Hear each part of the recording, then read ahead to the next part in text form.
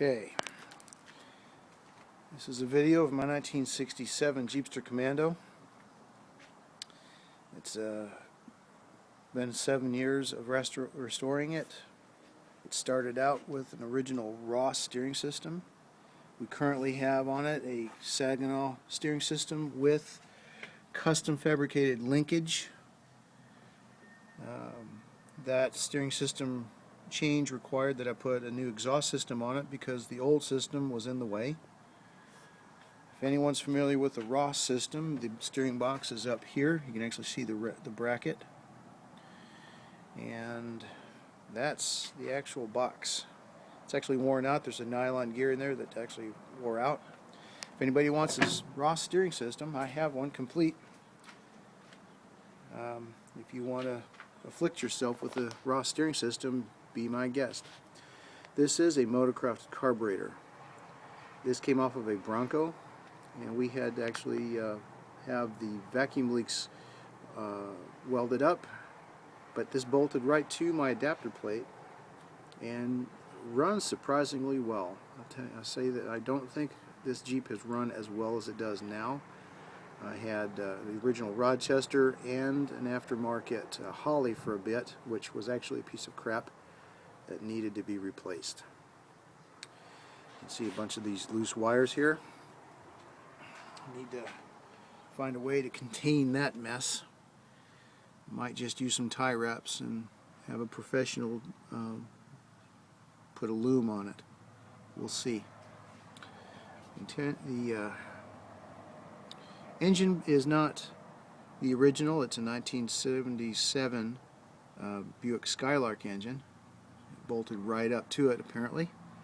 The original 225, we suspect, was either blown up because of the person running unleaded fuel in the soft valve seats.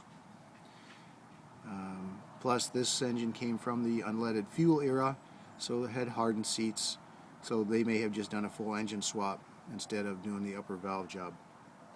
But that's speculation only. I don't really know. The electronic choke on this thing is not hooked up. I may rethink that later in the wintertime when it doesn't want to start as readily as I want it to. But I'll, suck it up until then. This is not my original collector tank, the recovery tank.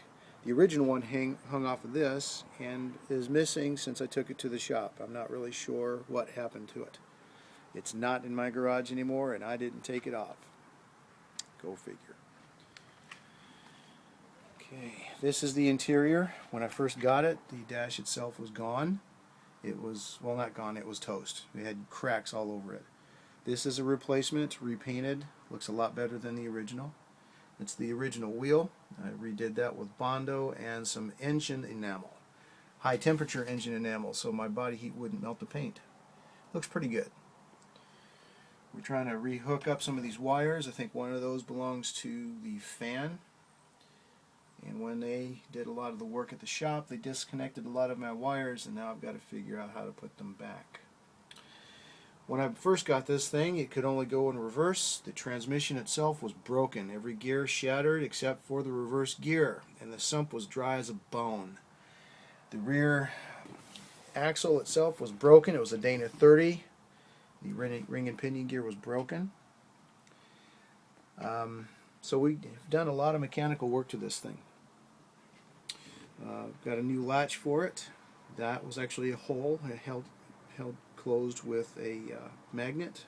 It's one of the magnets I used to actually close my glove box. These shelves, I don't know if they are stock or if someone fabricated them aftermarket. I'm not sure. I like them. I'm not going to take them out. They seem to do a good job. It seems to make sense. A great place to put coffee or soda if you're going to let somebody drink in your vehicle. Not that I do. So these seats are best top. The original seats in here were chewed up. Quite literally, springs poking through the foam. And it was actually more expensive to have them reupholstered than to buy new ones. So I figured, you know what? New seats, less expense. no brainer. This is the tilt front. This actually allows you to tilt the seat in, except this seat doesn't fold. The original seat folded down. You could actually fold it up against the dash here. That doesn't happen now, but that's okay. No one likes riding in the back seat because of the springs.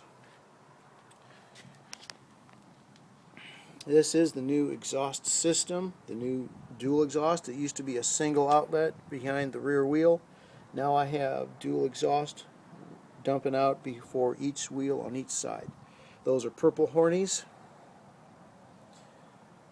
Really nice sound coming out of those.